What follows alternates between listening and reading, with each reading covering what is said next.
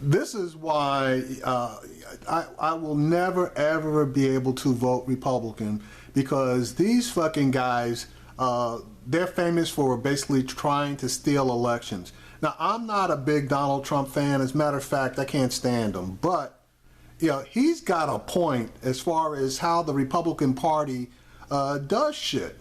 Now, I'm going to play this clip from the Chris Hayes show. And one of the guys is going to get on here. He's a GOP guy. And I really want you to pay special attention to him, because he basically is telling the people that, you know, screw you, we do things the way we want, and we'll basically put the candidate in that we want, and you guys have no voice whatsoever in us picking the candidate that we want to run. There's actually something pretty shrewd about Trump's argument that regular people aren't getting a voice in their party's nomination. As Trump tweeted last night, quote, "How is it possible the people of the great state of Colorado never got to vote in the Republican primary? Great anger, totally unfair." The more he paints this race as a contest between GOP elites and the will of the people, the harder he makes it for party officials to, quote, steal the nomination at a contested convention where Trump is all but certain to have the most votes and the most delegates. If even he falls short of the magic number, 1237, to clinch the nomination on the first ballot, Republicans may have a legitimacy problem on their hands. By the same token, Trump's new convention manager, Paul Manafort, is now chipping away at the legitimacy of Ted Cruz's delegate gains with some pretty wild accusations. They've taken an approach to some of the county conventions where they've taken a scorched earth policy, and they don't care about the party. If they don't get what they want, they blow it up. You go to these county conventions and you see the Gestapo tactics, the scorched earth tactics. Gestapo tactics? Yeah, that's a strong word. Well, you look at, we're going to be filing several protests, because the reality is they're not playing by the rules. Today, Trump made a not-so-veiled threat to the party itself, tweeting a video of a disgruntled Colorado supporter burning his Republican voter registration. Republican Party, take note. I think you're going to see a whole lot more of these.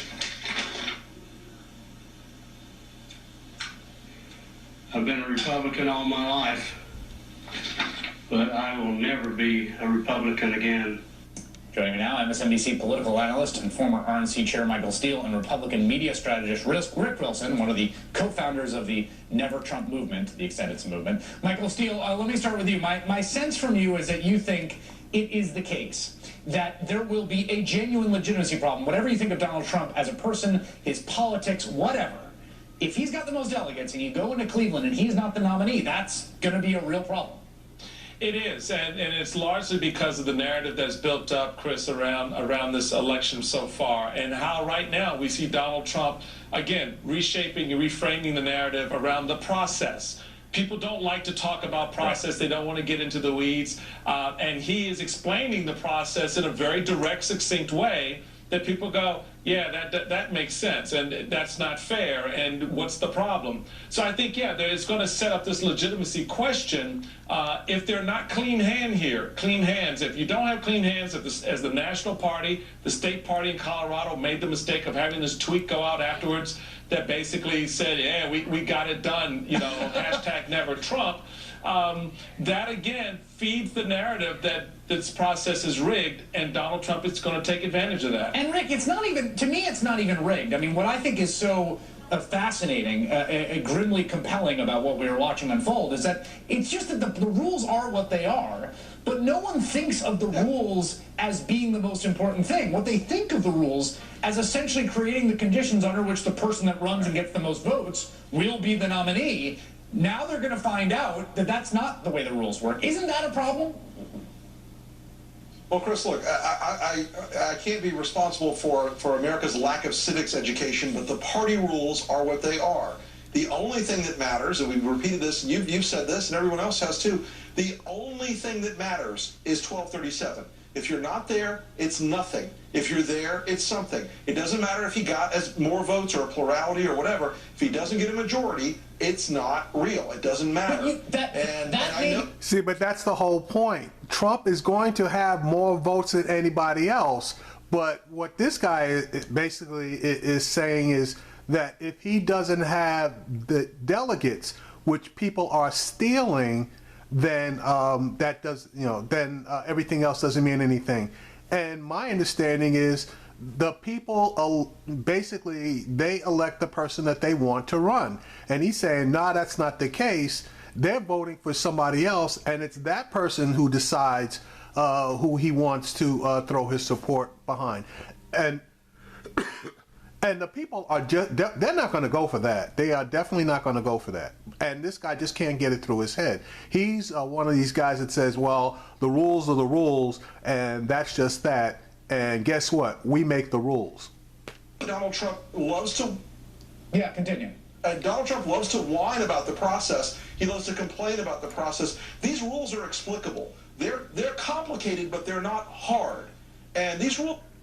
Can you tell me what the difference between not being complicated and not being hard is, or being complicated but not hard? Because somehow, that's a bullshit story. The rules should be as simple as possible for the everyday guy to be able to understand how stuff works. And the simplest way to do this is you vote or you caucus. I'm not a big fan of caucus, but you vote for the person that you want to run. That's as simple as it gets.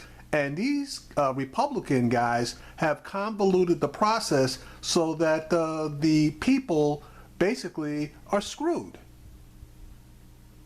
Understandable. And Donald Trump, this allegedly brilliant businessman with his team around him, they can't seem to manage their way through an Arby's, training manual, much less the party rules. And I'm sorry for them. I feel bad for them that Donald Trump lacks the intellectual bandwidth to figure out what he's doing here.